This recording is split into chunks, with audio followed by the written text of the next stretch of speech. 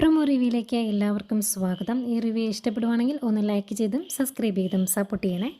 അപ്പോൾ വീട്ടിലുള്ള എല്ലാവർക്കും അറിയാം കമലയുടെ ചൊറിഞ്ഞ സ്വഭാവമാണെന്നും കമലയുടെ അടുത്ത് ഏത് ഹോം നേഴ്സ് വന്നാലും പിടിച്ചു നിൽക്കാൻ ഇത്തിരി ബുദ്ധിമുട്ടാണെന്നും അത് തുറന്ന് പറയുന്നുണ്ട് കേട്ടോ ബാലചന്ദ്രൻ.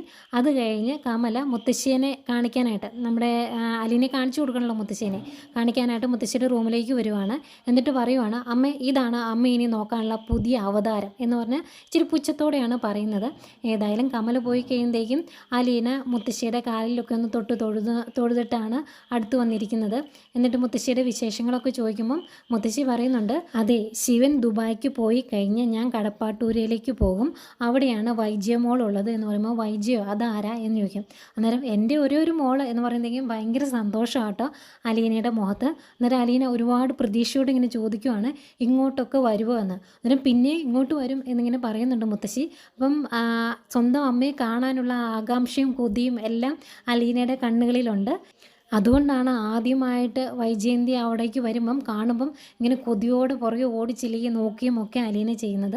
ഏതായാലും ഇതൊക്കെയാണ് പ്രൊമോ വിശേഷങ്ങളായിട്ട് കാണിച്ചത്.